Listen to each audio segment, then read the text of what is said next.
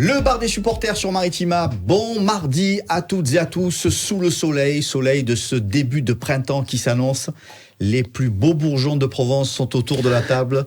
Bonsoir Jacques Bail. Bonsoir les gars, n'importe quoi. C'est comment c'est des bourgeons. Bonsoir Sébastien Pérez. Salut les amis. C'est la trêve internationale, une trêve qui devrait faire du bien à certains organismes. Jonathan Klaus, Pape Gueye, Iliman Ndiaye, Ismail Assar, Azdin Ounahi et Ulysse Garcia sont les Marseillais concernés par des matchs internationaux. Est-ce que ça fait beaucoup ou finalement pas tant que ça dans l'effectif marseillais ? Ça fait quand même pas mal, parce que quand tu as une trêve internationale, que tu prépares des trajets préférentiels, tu as forcément besoin de tous tes joueurs. Après, force est de constater, les gars, qu'on avait besoin aussi, que tous les joueurs ont besoin un peu de s'évader.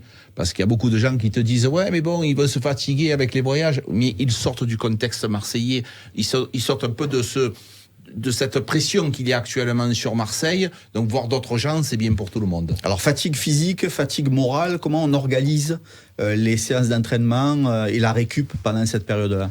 Déjà, place à souffler un peu, et puis après, mettre des choses ludiques en place, retrouver une certaine fraîcheur. Comme tu le dis, elle est physique, elle est d'ordre aussi psychologique. Et je pense qu'avec l'accumulation des matchs, l'accumulation des événements qu'il y a eu, il y avait un grand besoin justement de couper et d'avoir une trêve qui arrive à bon moment. Est-ce que c'est principalement de la récupération ou est-ce qu'il y a du taf aussi parce que la série qui s'annonce derrière, elle pique un peu aussi? Alors bien sûr qu'il y a de la récupération, il faut surtout bien récupérer. Les kinés ont du boulot, les ostéopathes ont du boulot. Il y a aussi, Seb il te le disait, quand tu fais les entraînements, c'est un peu plus ludique, c'est-à-dire que c'est basé à base de jeu, que les joueurs puissent aussi profiter un peu, prendre du bon temps. La pression, ça va un moment, mais il faut aussi se dire pendant ce temps-là, on va essayer de faire quelque chose d'un peu différent, des jeux différents qui puissent motiver tout le groupe, parce qu'il y a aussi la possibilité d'intégrer d'autres personnes au groupe, parce qu'il y a beaucoup d'absents, donc des gens qui jouent très peu, des jeunes qui viennent renforcer, qui prennent connaissance du groupe, c'est aussi ce moment-là. Et après, les gars, surtout des têtes à tête. C'est-à-dire que là, Jean-Louis Gasset et son staff vont faire des réunions, discuter avec les joueurs. Un joueur comme Moumbagna, qui joue très peu, tu peux lui parler, lui expliquer pourquoi il n'a pas joué. Donc voilà, c'est un moment un petit peu spécial, mais tu en as besoin. Alors justement, à part la fatigue, qui n'est pas un argument en soi pour certains, sur quoi Jean-Louis Gasset doit insister avec son staff sur certaines discussions, comme dit Jaco, avec les uns et les autres? Rien ne remplace la vidéo, l'image. Donc voilà, discussion et séance vidéo. Voilà, il a ses circuits préférentiels, il a son idée tactique et après au niveau du relationnel, du management, ça c'est inné, c'est en lui. Mais je pense que justement pour que le message passe au mieux, rien ne vaut l'image et je pense que la vidéo là-dessus est essentielle. Au moment de cette trêve, vous vous dites quoi ? Que l'Olympique de Marseille a pris 9 points sur 12 possibles en championnat et est qualifié pour les quarts de finale ? Ou est-ce que vous vous dites que l'OM reste sur 2 défaites consécutives ? Moi, Marco, je me dis que à un moment donné, il y a des cycles pour les entraîneurs et tu tires un bilan après la fin de ce cycle. Là, le bilan de Jean-Louis Gasset, c'est pas parce qu'il y a eu 2 défaites. Si tu as l'avocat de Jean-Louis Gasset, il va te dire j'ai une défaite, oui, mais celle-là, elle me permet de me qualifier en Coupe d'Europe. Donc, il y a uniquement la défaite au Stade Rennais, avec beaucoup de fatigue et d'énergie gaspillée pendant ce temps-là. Donc voilà, il faut aussi attendre un petit peu pour pouvoir tirer un bilan. Ce qu'on a accordé à Gattuso, il faut lui accorder à lui aussi. Je trouve que les gens, ils sont sévères, ils sont arrivés. Bon, les supporters ont mis des banderoles à Lambert, la direction, mais lui, il y est pour rien à tout ça. Tu vois, il arrive en cours de saison, il faut à un moment donné... C'est pas forcément contre lui, c'était plus contre les joueurs pour dire mais en attendant, on démarre une nouvelle séquence. Il est arrivé, faut remettre les choses en ordre. Il est arrivé, le club était à l'envers. Bien sûr. Voilà, on sortait d'une défaite à Brest où on se demandait comment on allait faire jusqu'à la fin de la saison. Quand il est arrivé, je pense qu'il y avait plus de personnes qui s'interrogeaient que de personnes qui étaient contentes de son arrivée. Et lui...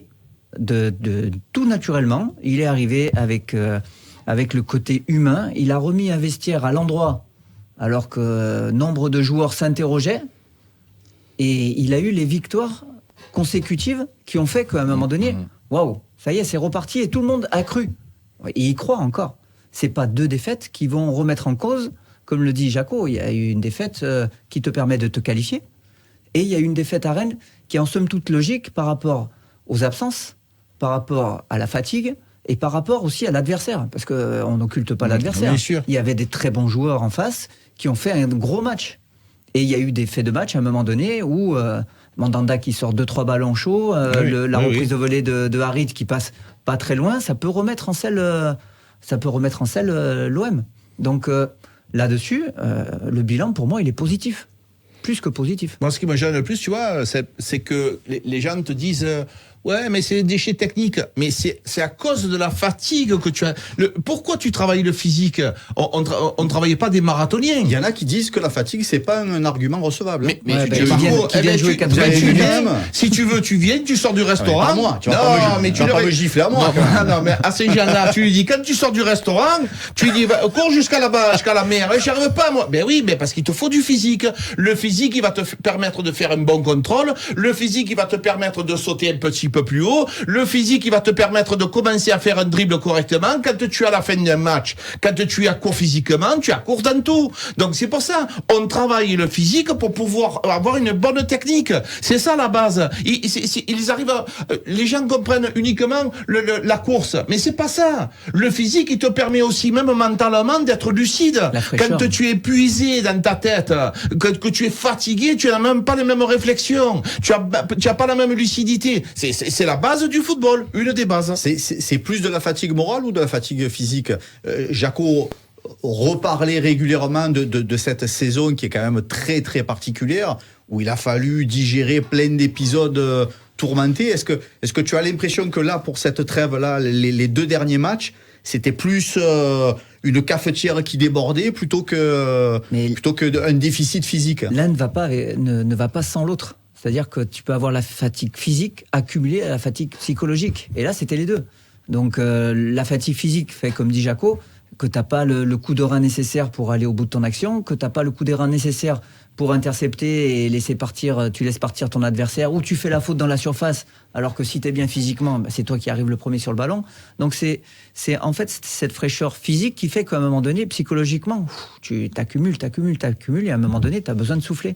Et elle peut aussi, si tu t'arrêtes pas, tu peux avoir la fatigue, la blessure. Bien sûr. Avec cette fatigue physique, cette fatigue psychologique. Et t'as 2-3 joueurs qui commençaient à tirer. Balerdi qui joue pas, c'est qu'à un moment donné, c'est pas Jean-Louis qui s'est dit écoute, mets-toi sur le côté, récupère. C'est qu'à un moment donné, il est obligé de le laisser souffler parce que sinon, il peut le perdre jusqu'à la fin de la saison. Donc là aussi, il est prêt justement à peut-être ne pas avoir toutes ses chances pour jouer Rennes, mais savoir que le match d'après, il va pouvoir compter sur un joueur qui va être à 100%.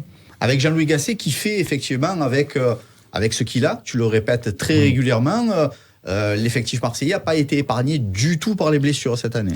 Non. L'effectif marseillais a été amputé de blessés graves, en plus. Donc, des fois, tu as des blessures, mais là, il y a eu des blessures graves.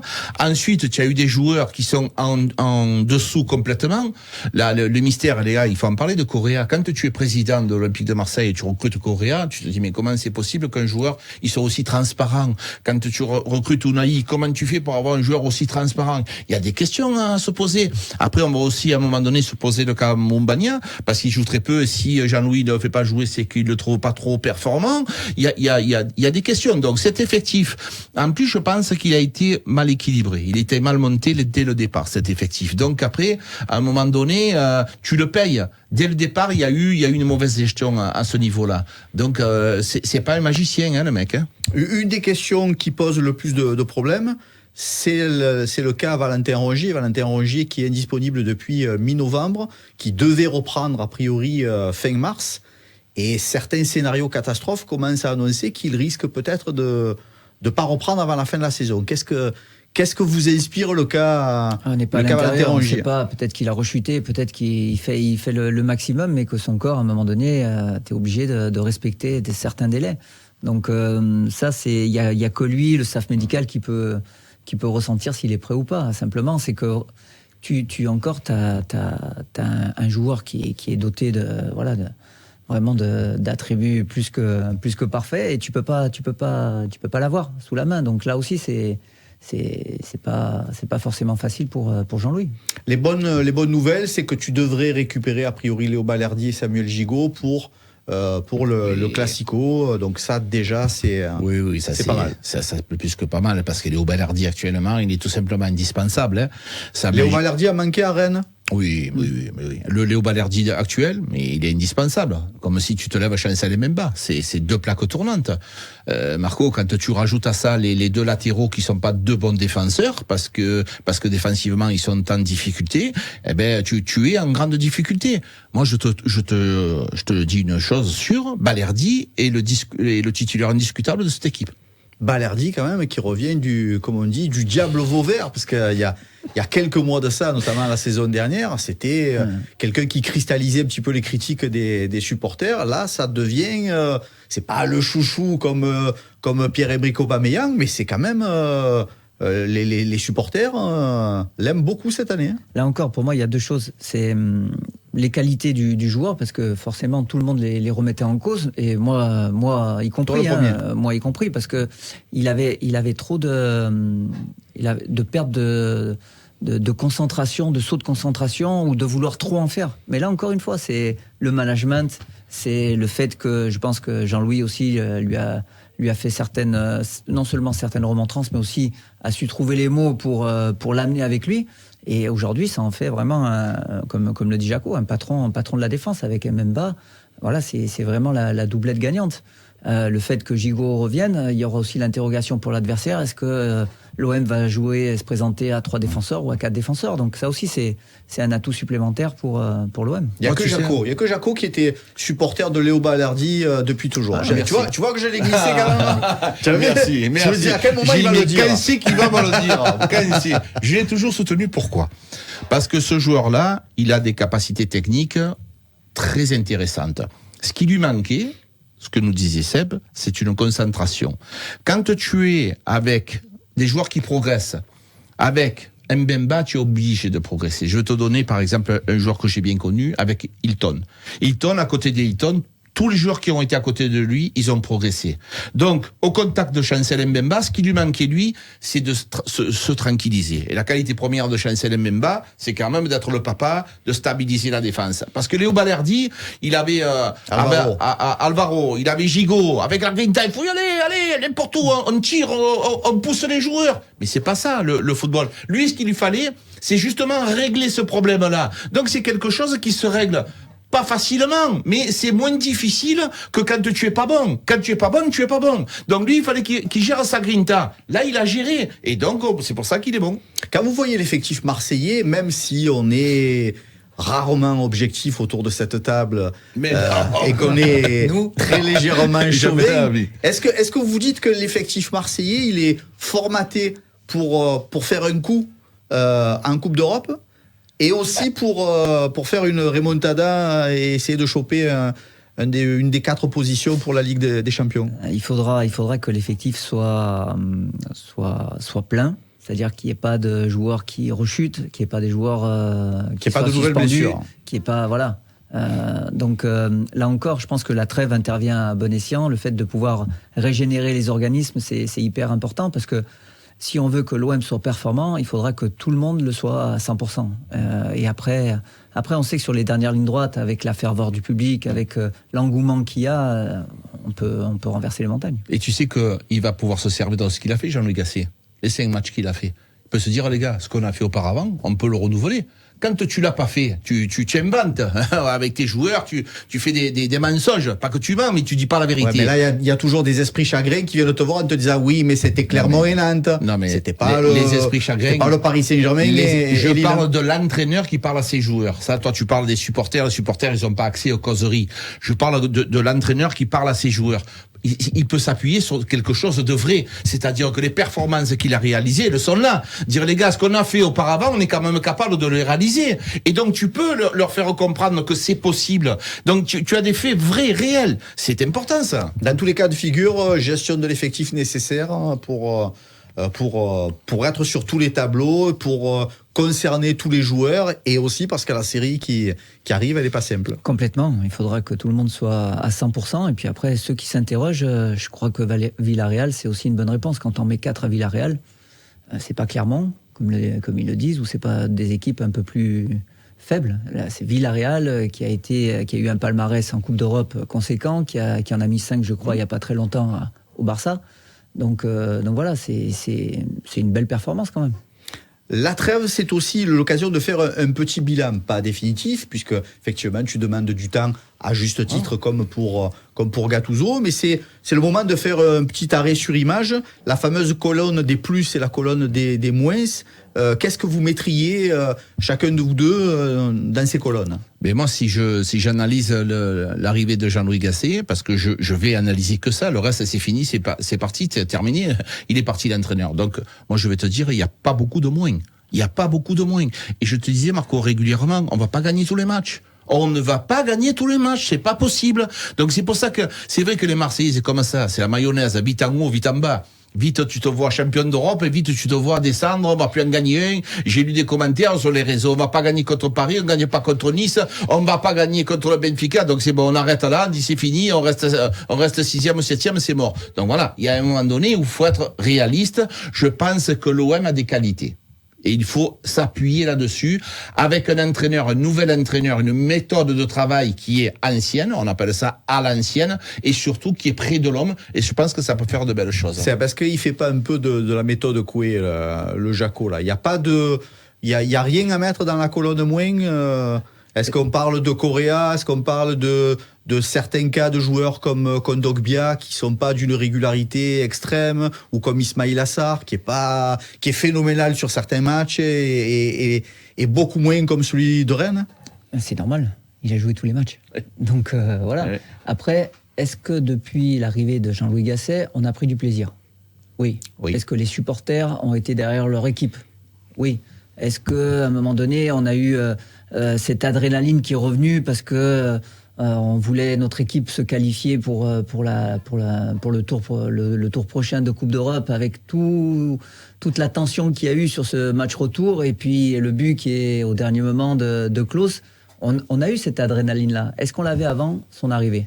Non. Je ne me souviens pas avoir vibré. Est-ce qu'on marque des buts? J'allais y venir. Pardon, excusez-moi.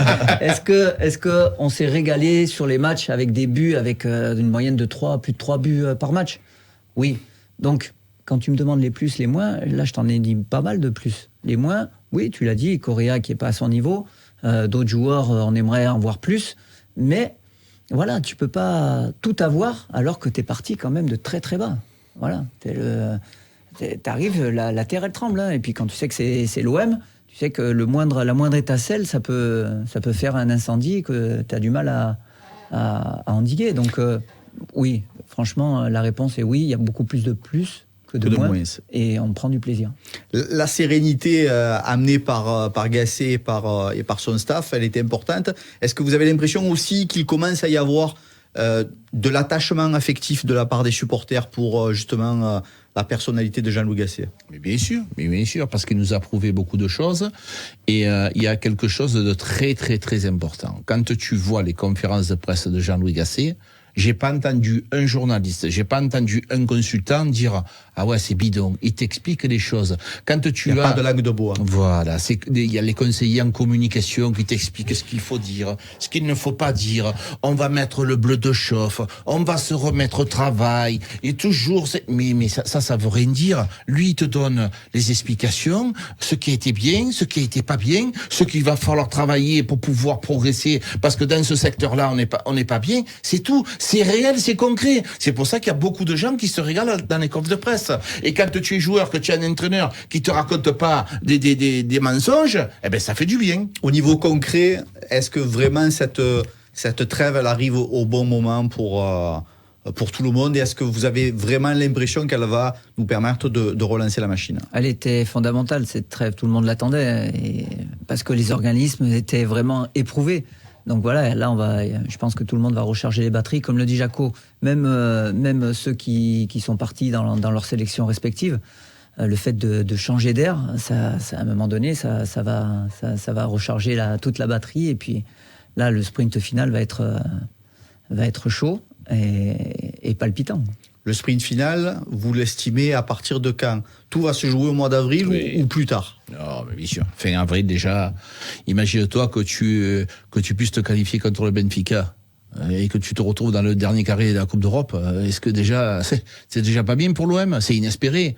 Donc voilà, déjà fin avril, il y aura déjà beaucoup de matchs qui seront passés. Il y aura le fameux Paris Saint-Germain, Marseille-Paris. Il y aura eu Nice, il y aura eu Lille. Donc il y aura beaucoup de matchs qui seront passés, des matchs importants. Allez, trêve internationale avec effectivement le Classico en ligne de mire pour la reprise de l'Olympique de Marseille. D'ici là, France-Allemagne samedi 23. France-Chili au Vélodrome, ça sera mardi. Vous pouvez gagner vos places en écoutant Maritima tout au long de la semaine. Merci les amis d'avoir participé à ce nouveau numéro du BDS. Merci Jaco. Merci les gars. Merci Sébastien. Merci à tous. Belle fin d'après-midi sur Maritima et à demain.